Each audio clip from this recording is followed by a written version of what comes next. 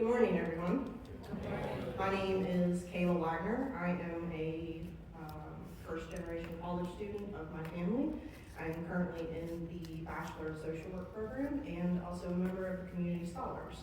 To be honest, I had not prepared an introduction. Part of my speech will show you a little glimpse into my what I believe my purpose is. So I have a speak prepared, so I'm just going to read that.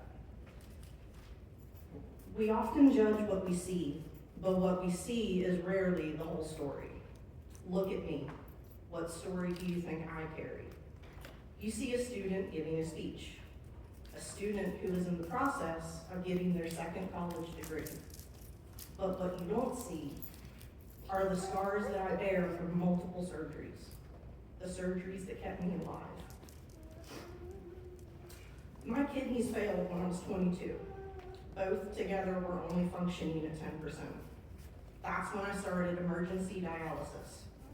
The first surgery was to put a chest catheter in so that there was an access point for treatment. I spent the next week in the hospital before I was able to go home and start a life that I never could have imagined. At 22, most people are thinking about careers, relationships, and an independence. I was thinking of survival. I was fortunate enough to be able to do my treatments at home, relying on a machine to do what my body could no longer do.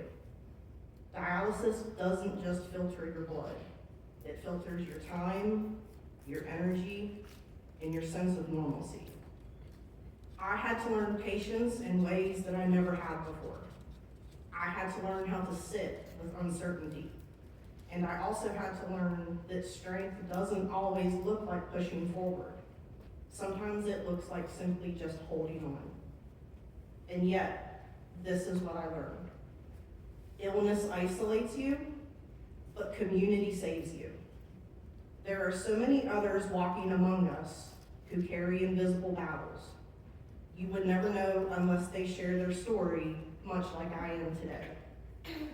These people may go to work, class, family gatherings, but they still do their treatments, where they wait for hope. Hope for a call that there is a kidney waiting for them. Hope that someone somewhere will choose to be selfless enough to become a donor, to give the gift of life. For me, this is where leadership begins. Leadership isn't just about titles and speeches. It's about awareness and advocacy. It's about choosing to care about struggles that are not your own. My battle with my illness could have made me bitter. It could have made me withdraw. Instead, it taught me something even more powerful. You never know what burdens someone is carrying. This realization made me more compassionate, more intentional, and more determined.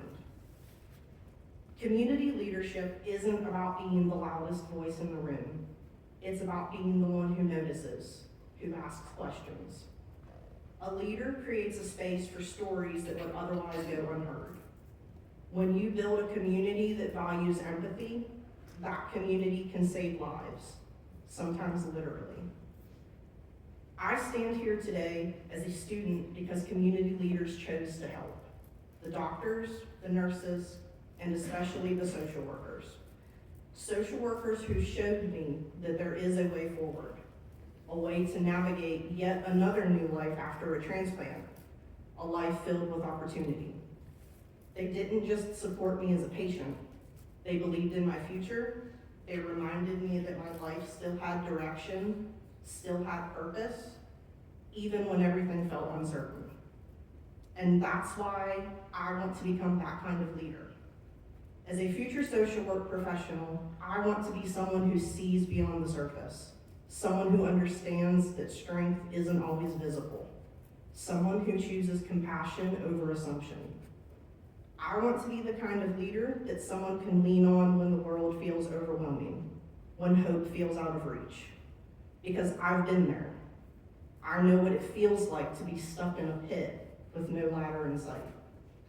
We as leaders are that ladder.